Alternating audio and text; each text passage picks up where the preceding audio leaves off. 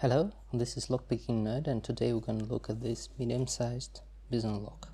It's made in Russia, it has hardened steel shackle and some kind of iron alloy body, pretty tough. It's not very common amongst the Russian padlocks, but this one has pretty good tolerances.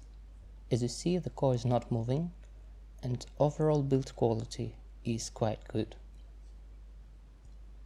Let's try to pick it with my shitty picks.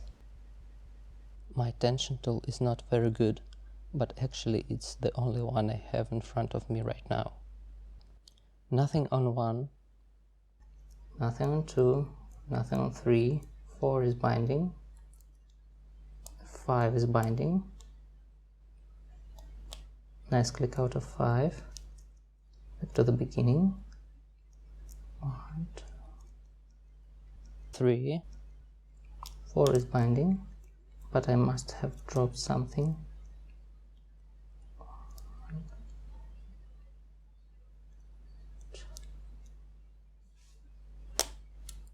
Yeah, and we got it open.